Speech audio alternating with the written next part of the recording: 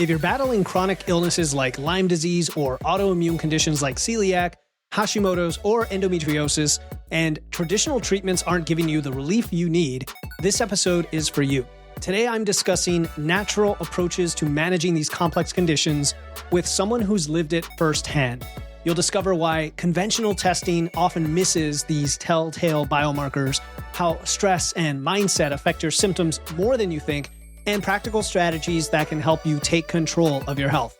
Whether you're newly diagnosed or have been fighting symptoms for years, today's conversation will give you a new perspective on managing chronic illness naturally.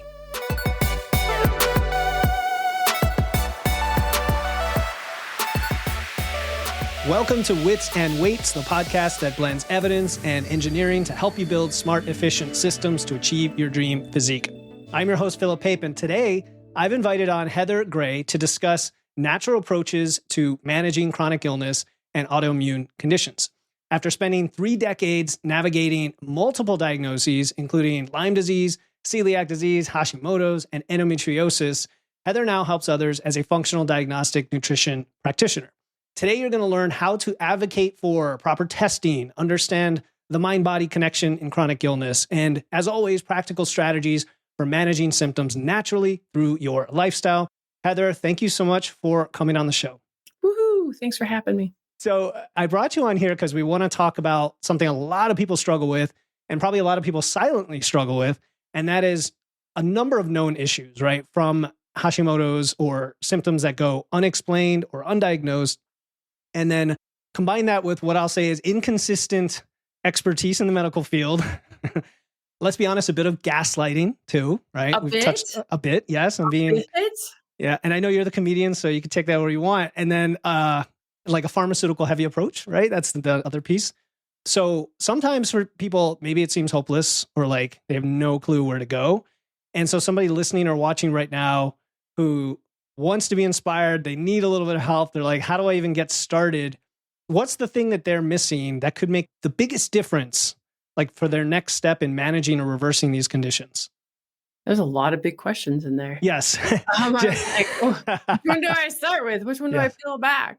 No, gaslit. That is actually, I talk about that in my stand-up. I talk about being gaslit basically my whole life. And they say that women are like twice as, it takes twice as long for them to get a diagnosis, a proper diagnosis over a male, because it's still that type of gaslighting, and women are just hysterical, and it's just our hormones, and our hormones get blamed for everything. It's insane. I am a big fan of not focusing on treatment, right? Like, I'm going to die on that hill. Stop focusing on treatment, because once you dial in lifestyle, mindset, diet, exercise, proper exercise, hydration, rest, like magic happens. This world is not conducive for human health, period. End of story. Between the artificial lights, the EMFs, the toxins in our environment, in our food, in our water, the fast pace, the constant fight or flight we're stuck in, like, it's a hot mess. And I mean, as you read off the laundry list of, diagnoses that I have, I'm a walking, talking model proof of all these toxins, all these issues, and what can happen once you start cleaning things up. Yeah. And we were joking about broken water heaters before we started recording, and how like you and I, business owners, we're stressed. We were trying to juggle like super busy schedules, and there's sensory overload. I do like what you just said, stop focusing on treatment, because lifestyle could be the solution, or at least it'll get you a lot of the way there, right? Like sometimes when we talk about hormone replacement and someone says, should I do that or should I do lifestyle? I'm like, well, do the lifestyle. You may need the hormone replacement. I don't know, but always do the lifestyle. Like, go train and go be active and eat the right way. Do not pass go. Do not collect $200. Like, do it anyway. This is where you start, because even if you get on hormone replacement therapy, you might need less, right? Yes. Like, because you're starting to get things moving the way our bodies are just so brilliantly made that once we get out of the way, give it what it needs, it's amazing. It's amazing what it can do. It's, absolutely no short of a miracle. Like I said, the stuff that I have dealt with in my life, the things that I have overcome, 2 suicide attempts, horrific pain, being 100 pounds overweight, not digesting anything, psychosis from mold, like you name it. I have been through it. And the fact that I now I run 2 podcasts. I have my practice. I just got hired in a very prominent cancer doctor's practice to be her head coach.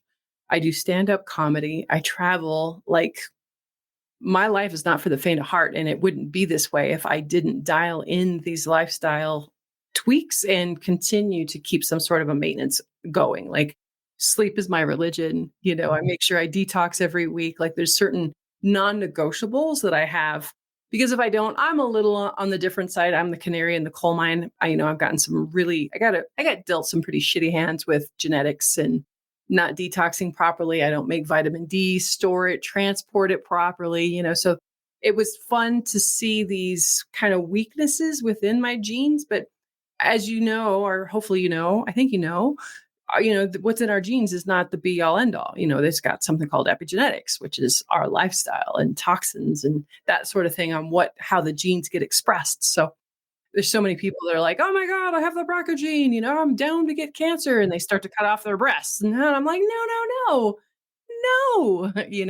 That's why I work for this cancer doctor I work for, is because she is totally in alignment with, let's clean up all this stuff first before we ever talk about chemo and mastectomies and all that stuff. And it is incredible. I'm just so impressed with what she's doing as a doctor, because she was surgical, medically trained, but then went back to school, learned the functional way. And what we're seeing, the results with her clients are just absolutely amazing. Yeah. So you mentioned a few things that people are thinking of, like, okay, you had all these different symptoms. You also have an environment that's not made for humans. You mentioned, we have genetics, whether we blame our genetics or not, they're there, but they're not, they're the noise in the signal oftentimes.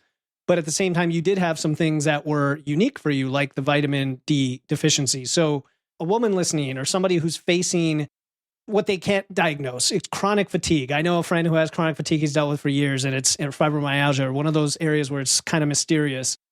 What were the early signs you had, and when did you decide that you needed to look into this, not just address the lifestyle, but I imagine there's other things you have to do to pinpoint what it is for you, right? What the issue is for you. Oh, absolutely. And I love saying, no matter how common a symptom may be, it is never normal, right? It's always your body's check engine light coming on saying, hey, dummy, there's something going on in here. And all too often we've been brainwashed, to reach for over-the-counter medications, right? Which is just puts a Band-Aid over that check engine light. And then our body just keeps screaming louder and louder and louder until we have an autoimmune disease, or we have cancer, or we have, something bigger and scarier. But it started with me. Like, I always start off, I was 4 years old and I was basically born full of shit. Like, how many people can relate to being constipated as a little kid? And that started my, let's throw Band-Aids at symptoms, model with thick, nasty oils, laxatives. But nobody was asking why this 4-year-old couldn't poop. Hindsight's 2020. That was the year. Did you have a lot of prune juice back then? I don't remember. Okay. To be honest with you, I don't remember. I doubt it. I was eating a standard American diet. Yeah. I was being raised by alcoholic addicts, very young alcoholic addicts, and my uncle had just committed suicide. So there was a lot of early childhood trauma that I think churned on my celiac disease. Like I said, I was eating the standard American, or the SAD diet. And it's kind of what started me to be the perfect storm. And so that's the one thing that I love teaching people is, even with Lyme disease, they're like, I got bit by a tick and I got sick. No, actually, you've been becoming the perfect host for probably 1 year, 5 years, 15 years before you ever got to the place where Lyme disease could take over. Same thing with cancer. I just got cancer. It's in my history. No, I hate to tell you, it's probably been a lifetime full of stress and toxins and bad diet. And now you're, quote unquote, again, the perfect host, right? So I was living in some moldy environments when I was a kid. Like I said, a lot of trauma. And when I was 13 and got bit by a tick, I was the perfect host. So I got diagnosed 2 years. No, I didn't get diagnosed 2 years. I started showing symptoms 2 years later with my first suicide attempt. That was the first of 2 or 3 in the psych ward. So much fun. I just need to write a book about my experience in the psych ward, because this was before they actually separated and had different wings for young adults. So I was 15 in with adults, and some of the stories I could tell you would just, ugh. But anywho, So yeah, hindsight's 2020. 27 years later, I'm 34 and I finally get diagnosed. I had been to probably 30 or 40 different practitioners. And if that's the one thing I can tell people is like, listen to your intuition. If you know something's up, but you keep going to practitioner and they say your labs look normal and they don't find anything wrong with you, next, keep looking. And typically I found that functional practitioners have a tendency to look a little bit deeper, more root cause. Their lab ranges are different. So like for vitamin D, people are like, well, what's functional medicine compared to regular medicine? Vitamin D. The Western model is looking for disease, period. That's it. Based on the population too. Right. Yeah. And it's a sick population, right? Yes. So it's going to skew that bell curve. So like for me, my vitamin D was in the 30s. Well, according to Western Med, 30 to 80 is optimal. And it's not. In functional med, we want it to be 60 to 80. That means that you're actually performing properly, right? And that you're functioning, not just close to flatlining and a disease, So it was after on a podcast, I heard the founder of FDN, Reed Davis. He was with Sean Croxton, who wrote the book Underground Wellness. He used to have a pretty popular podcast. And he was talking about how you got to, make sure the hormones are balanced and that your gut is healed and you got to detox. I was a silly hairstylist at the time. I didn't have a background in medicine. Intuitively, something hit and I was like, that's it. That's how I'm going to get better. And so very, very sick with a young kid and my own business going through this course, just a Hail Mary hoping that we were going to find answers. And that was the start of my journey. That was back in 2013. Yeah, obviously a lot of tough situations to get through that you dealt with that created what you said, that environment for being the perfect host, which, just so I understand that phrase, this is a combination of the environment we're in as well as our behaviors and genetics. Like, what do you mean by that? The perfect host? Can you explain it a little further? All the above. Anything that lowers your immune system and allows critters, to overcome your good guys, your the stuff that we do. So birth control, antibiotics, other prescription medications lead to a leaky gut. So if we've got a leaky gut, then we've got a compromised immune system. The stress causes a leaky gut. We have a compromised immune system. Now you're not getting enough sleep. I was living in a moldy home. So all these things stacked up against my immune system, making me vulnerable, making me more susceptible to these things. So that's what I mean about the perfect host. Good. Yeah. I want people to understand because, and gut health, I know you briefly alluded to that. We're learning so much more now about the microbiome and its impact on everything. It's even like the second brain of your body, right? You said listen to your intuition, and that kind of hits on the gaslighting thing a bit from the other end, because we all know multiple people in our lives, and ourselves included. I mean, my own wife and friends and family and grandparents and parents, everybody's been affected by this, where they go to the doctor, they get some sort of half-assed treatment, and then it doesn't work. They go again, they either get another treatment or they're told, well, you just got to deal with it, or it'll go away, or, you know what I mean? Or there's so many inadequate answers. And the idea that if you don't have the answer, you've got to keep going. You've got to be persistent and be in control of your health. I mean, I have just a quick little, almost silly story of, I was taking a inhaler. I was breathing it in for an esophageal issue. And after about a year of it, my voice started to go hoarse. And as a podcaster, this is not great. My voice started to go hoarse. Start sound like a smoker. Yeah, right. I Googled it, which in the past, you'd say that's dangerous. Nowadays, I'm like, I'm okay if you want to start with Google, because you might get some surprising things that come up. Start with ChatGPT over Google. Yeah, there you go. Nowadays, And it said steroid-induced hoarseness. I'm like, well, that sounds like exactly what it is. So guess what? I took the doctor, and he's like, no, that's not a thing. Oh, really? So then I went to a different doctor. No, that's not a thing. And so I experimented. I went off it. I went off on every time I did. Guess what? The hoarseness went away, and then it came back. And finally, the doctor admitted he learned something from this, through his arrogance. And so that kind of that's my personal, I get angry at it. And I'm not going to say silly, but it was minor for me, but it's a lot more major for a lot of people, depending on what issue they're dealing with. Right? Oh my God. My kid was diagnosed with celiac disease 2 months after his second birthday. His belly had been so distended for so long, the muscles actually separated like a pregnant person. You could count his ribs, skinny little arms with this great big distended belly. And I remember seeing the hospital's dietitian for the first time, and I educated her on the celiac diet. Like I felt like I should bill her. It was so insane. What year was this? What, like, This was back in 2012, 2011. It because was a everybody while. knows about celiac disease now, Yeah. you would think. No, Yeah. this was right Yeah. at the edge, and I was just Right like, at the edge, "Oh my yeah. God." But even then, they don't know. Like, it's one of the biggest misnomers with celiac is that there's all the gluten-free, quote unquote, grains, a lot of them cross-react like wheat. So, corn, rice, and they've even got their own form of gluten. It's crazy. And oats, so I tell people with celiac, it's still because they'll feel better for a while and then they stop and then they usually go backwards again and they don't know why.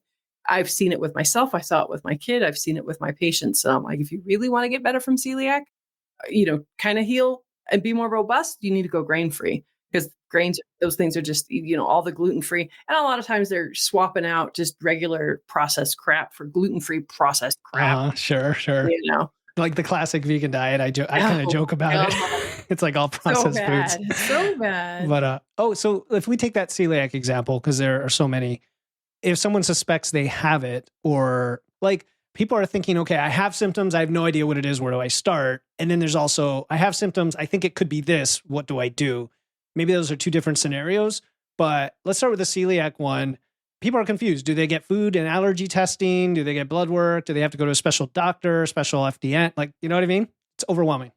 That's a good point. And a lot of times the testing that a regular doctor will do is not going to unearth what you're looking for, unfortunately. So like with Lyme disease, they will still use a Western blot, and Western blot is good if you can catch it like within the first 6 months. Outside of that, it's crap because it's looking for an immune response, and a lot of times Lyme has shut down that immune response. And there's a couple like bans missing because of some controversial crap that goes on with our FDA.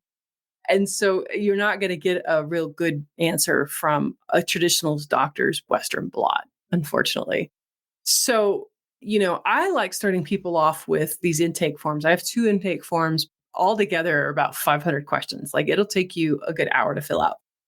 But it is really awesome at helping tease out, is it gut issues? Is it Lyme? Is it autoimmune? Is it heavy metals?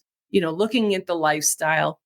Back when I first, unfortunately, when they train FDNs and a lot of functional doctors, they just want to like $5,000 worth of labs right off the bat. I found out very quickly that not everybody could afford $5,000 worth of labs. And then another $5,000 worth of, quote unquote treatment or, supplement support, that type of thing. So I really got great at case management and looking at the history and looking at, all these different puzzle pieces that kind of helped me put it together. And then if I felt like further testing needed to be done, I'd be like, I maybe want you to do this stool sample, or maybe I want you to do this genetic test because I want to see if you've got the genes for celiac, or, it just kind of depends. But really starting with that case history and extreme intake form, I think is a really great place to start. Because if you got somebody who's just wanting to throw either $1,000 worth of supplements at you right off the bat, or $6,000 worth of lab tests right off the bat, you might want to run. Yes. No, I've seen it. In some of there's a lot of new precision medicine companies that have just, popped up out of nowhere. You got to be careful because their end game may be affiliate sales from supplements, right? Right. You got to watch out. So I like what you said though, because when I think of like in my nutrition coaching practice, how it's very personalized. You really have to understand the whole person and how everything interacts and the whole system of like their history. What is in that kind of assessment in general? Are there any symptoms that you ask for there? Is it their physical like movement history as well as their medical history? I'm just curious what kind of lifestyle things are in there. Everything. It's 500 questions. So it's all the above. I want to know if you had got mercury in your mouth, or if you had a root canal, because if so, you might be susceptible to cavitations, which are one of the biggest barriers to health. I need to know if you've had a mold exposure. Have you been tested for sleep apnea? What's your trauma like? Because 9 times out of 10, even with cancer, these cancer diagnoses, if you look back 1 to a year and a half before their cancer diagnosis, something happened.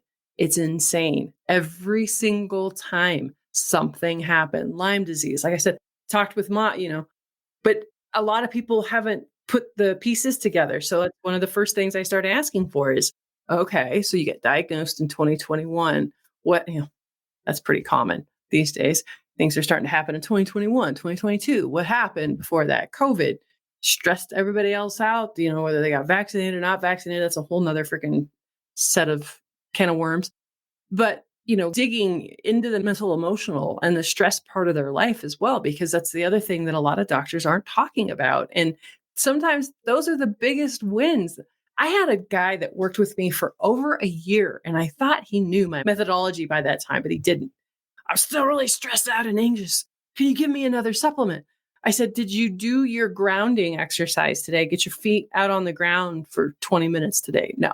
Have you gotten sun on your eyes today? No. Have you taken a 20-minute walk today? No. Have you done your meditation today? No. Have you done your journaling today? No. Have you done your breath work today? No. I'm not giving you any more supplements. Like, until you learn how to move your nervous system out of fight or flight and into rest or digest, all these pills, even though they might be healthier than their alternatives, it's still just a supplement. That's what supplements are for. They're supplements. They're not supposed to be the be all end all. 100%. People want a shortcut and make excuses. I love that. So would you then, is your approach to the level where you start with lifestyle on day one, or do you still want to do some sort of parallel assessment and start with lifestyle? Like, what does that process look like? It depends on the person. Yeah, it depends. Everyone is so different. And I found that, the Lyme patients and a lot of the cancer patients are a lot more sophisticated than other patients out there because they've had to be their own health advocate for so long, especially Lyme. Friggin' chronic Lyme just got accepted as a diagnosis 2 years ago. Wow. Okay. The friggin' disease that haunts I live in Connecticut, my by the life. way, and I've heard about Lyme for years. So yeah, that's funny. The thing that has haunted me for decades just got recognized by the CDC as a real diagnosis, chronic Lyme. Like, wrap your brain around that one. So we've had to become our own health advocate. We had to become our own health detective. And so it just depends on where a person's at. But I try to do parallel. Like, I'll start maybe working with them on food stuff. At the same time, I'm working on them with mindset stuff. It's so funny. So when I was getting into the functional practitioner, I was really great at doing the physical stuff, right? Diet, no problem. In bed by 10. Okay. Coffee enema. Sure. No problem. And then I would get better and I'd relapse. And then I would get better again and then I'd relapse. And the book, The Body Keeps Score, came across my desk. And if you haven't read it, it's a really tough read, especially if you have any kind of trauma, sexual trauma. And I'm on the couch, like, ugly crying, and my ex-husband's like, what the fuck are you reading? And I'm like, this little girl and her dad. And he's like, no, I don't want to hear it. But it was the first time that it was really explained to me how these traumas get stuck in your nervous system and keep you in fight or flight, right? And they can be big T traumas, little T traumas, but either way, they get stuck in your system. And we're not meant to be running from a tiger 24/7. And that's part of the reason why I kept relapsing. And so once I started moving the needle on my nervous system, somatic experiencing work, breath work, tapping, cold plunges, plant medicine, completely changed my life. Total different ballgame. So then I haven't had a relapse of Lyme in 5 years. I haven't had an autoimmune flare. I've had nothing. I have whatever I get, right? When I got the flu, it's the flu. When I got a cold, I got the cold. But I don't get any of these other, like, quote unquote flares, which breaks my heart because so many people think that that's also just kind of normal. Autoimmune flare. Oh, I'm having a Lyme flare. And I'm like, you don't have to have that. Right. You hear that, like, especially like with GI issues a lot. I hear that, like the diverticulitis, IBS and all that, like the flare-ups. And you're saying, because, people are skeptical, obviously, of a lot of this stuff listening. And we're not talking about that you're curing these things, but you're helping manage or put them into remission or avoid, like you said, flare-ups with the lifestyle changes. And it comes down to stress and the sympathetic versus parasympathetic state that we're in. So I do love that, because we talk about stress a lot as being just one of those massive pillars, and it ties into your sleep and your sleep quality. And we talk a lot about strength training. I'm curious about your thoughts on lifting weights and strength training and resistance training in the context of all of this. It's the bestest thing in the whole wide world. Like, you have to continue to lift weights. And especially anybody over 40, like if you're wanting to keep your structure, your balance, like any kind of a good lifestyle, as we age, we have got to keep our bones and our muscles strong. Over cardio, I think is absolutely destroying people. Yeah. Over cardio. Yep. Mm-hmm. I'm not a fan. And I found out in my genetics, I have thin veins, thin walls in my veins, which means that if I do cardio for very long, much longer than like 30 minutes, it actually causes inflammation. It causes more stress in my body than it's worth. So I have a diminishing return of investment if I overwork out with cardio. But weights, I love weights. I love pushing something heavy. I just got back into it again. I don't know why I got out. I say that every single time. I'm like, oh, I feel great. Why did I ever stop? But yeah, no, I just wanted to hear your thoughts on that with regards to the nervous system and stress too, because it's underrated. It's like an underrated form of. Oh, absolutely. And you also mentioned menopause, Absolutely. and we're learning more and more how because of the hormone changes, right? Your muscle mass loss accelerates at that age if you're not doing anything to hold on to it, and because you tend to eat the same amount of food, your body fat goes up, and then your metabolism goes down, and it all just spirals. Okay, so I know we're going on little tangents here. I love tangents. It's great. It's great. A squirrel. Yeah, I guess I know if I'm thinking of what the listener is asking, they're probably wondering, there's all these protocols and all these treatments. And when you talk about lifestyle and you hear something like cold plunges, again, I know what people are thinking. Are there 30 things I have to do every day just to be healthy? And I know that's, do I have to do grounding and cold plunges, this and that? And sometimes I skeptically poo-poo on those things when I'm like, are you even lifting weights and walking and eating right? Like, I think there's a hierarchy. What are your thoughts on that? Oh, absolutely. I just got done doing an interview talking about how I love biohacking because all the tools, right now I've this thing generates frequencies through a red light. This is a tracking ring. This is an EMF blanket. This is I've got 10 biohacking tools around me at any given time. But that's because I told you I was kind of dealt a shitty hand when it came to my genetics, and I have to work a little harder. But it's never, never, never in place of lifestyle. Lifestyle stuff always comes first. For me, when people are in the thick of healing, yes, sometimes it can be, I say all the time, sometimes my self-care feels like a part-time job, but it's better than being full-time sick. And it's all how you frame it. It saves time, money, and years down the line. Yep. Absolutely. It's not I have to, it's I get to. Right? It's an act of self-care for your future self. Yeah. Absolutely. It's a huge act of love. So yeah, it's doing that. But now, now I sauna every day. I do ground every day. I do meditate every day. So there's certain things, and I try to habit stack when I can. I only do coffee enemas once a week now. They used to be more because, like I said, I was, born full of shit. That constipation never really changed much. So that's one of those things that I do to keep myself running in that. And this is a very toxic world, So yeah, there was a documentary out there, I guess, where this guy was like a billionaire doing all these biohacks, and he literally had no time to live because he was doing so many. That's extreme. The one that that's came ridiculous. out where it's like about living a long life. That guy that's trying to extend his life. Yeah. Oh yeah. Well, okay, but he's not really living. That's the problem. And I think he even said that. He also doesn't look like he lifts weights, but that's my own pet peeve on some of these guys. Oh, I know, right? No, weights are absolutely crucial. I'll tell them you got to stop your cardio, but I want you walking, yoga, stretching, and weightlifting like that. Absolutely, as we're healing. Yeah. So many benefits. So with the comedy, I think that's really cool because it's hard. Like, I do public speaking and speech contests, but I consider myself highly unfunny. And so in the past, I've competed in humorous speech contests, deliberately to make myself try to write jokes, right? Which I think is great. You got to get out of your comfort zone. Oh, absolutely. So if people are listening like, oh, that's interesting, that could be something I would enjoy, or I'm into humor, or I was the class clown or whatever, I'm thinking like, what do you recommend for folks to get into it themselves? I know it's a real side tangent. I took a like class. Improv? So it was, and it was stand up. Oh, stand up. Like, okay. So it was funny. There's another doctor. His name's Dr. Sam Shea, and he's on the spectrum, and he does stand up. He has a one-man show called Neurospicy. Okay. And I met with him in person one day because I do a lot of networking with fellow, practitioners.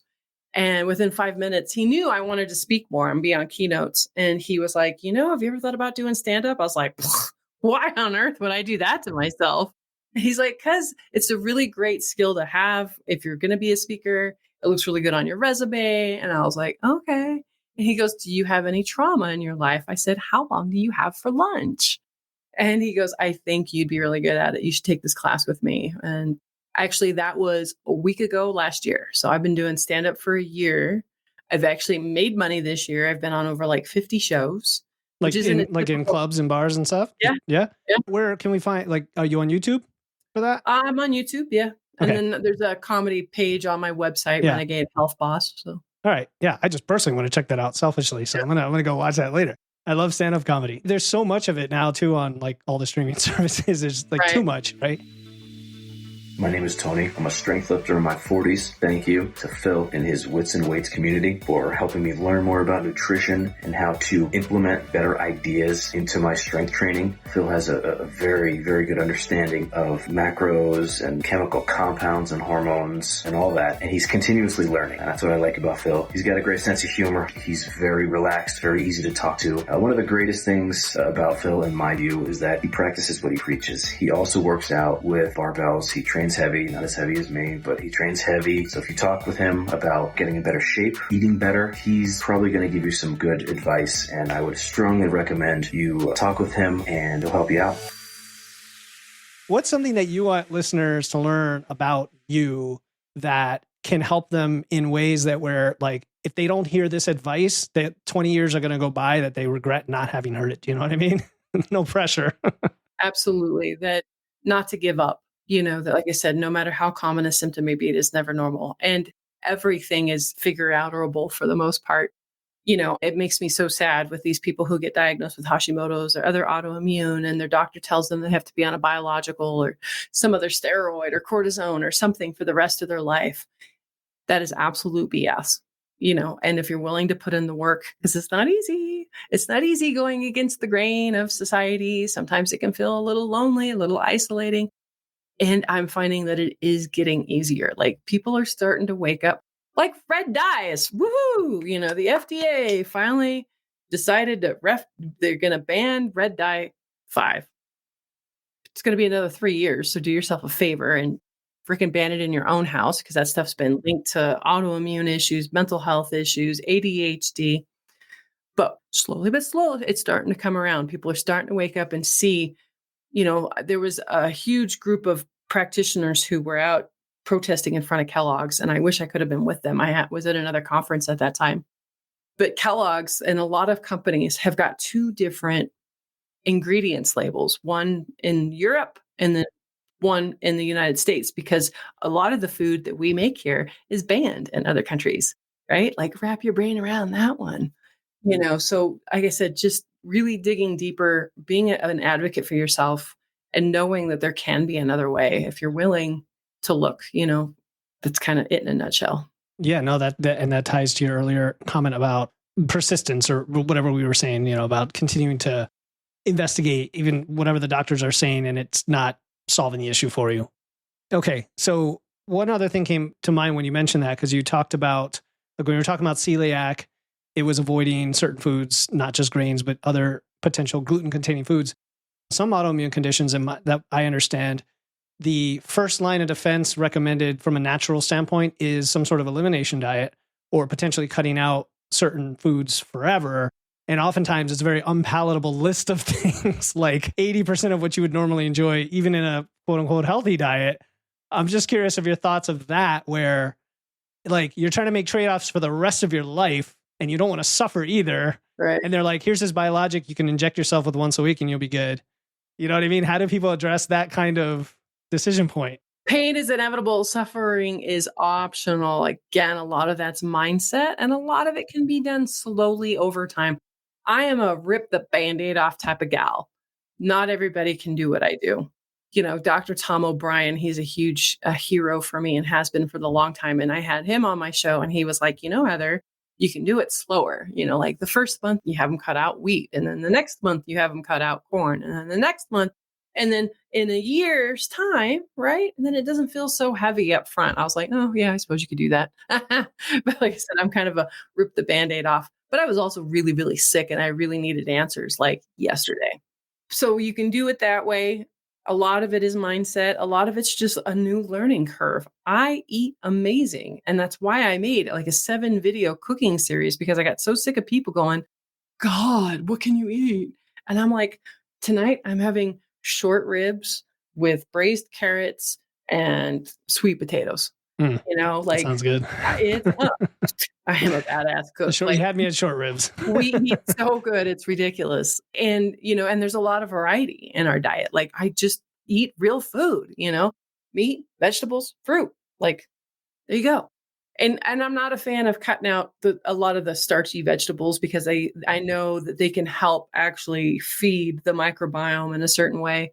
If you cool it, eat it cooked and cold, that helps with the starch resistance. If you eat it last, it can help with the blood sugar issues. And never that's right. and never eat it naked.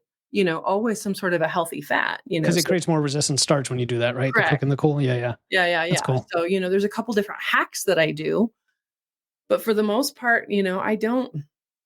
And everybody's different too. I've started doing this genetic test, nutrition genome on people, because I really want to find out, because for the longest time, everyone was touting keto. I got on keto. It jacked me up. Gained so much weight. I was in so much pain, and come to find out that my body does not process that much fat, even healthy fat. Like it was like, And then I also had food sensitivities towards almonds and coconut at the time, which is hugely used in a lot of keto foods. So, I do better on a little bit more of a paleo type diet, even kind of a little on the Mediterranean side. So, I like finding out what works for a person instead of just this throwing shit at a wall and seeing what sticks, or putting somebody on a one size fits all, because we're just so different.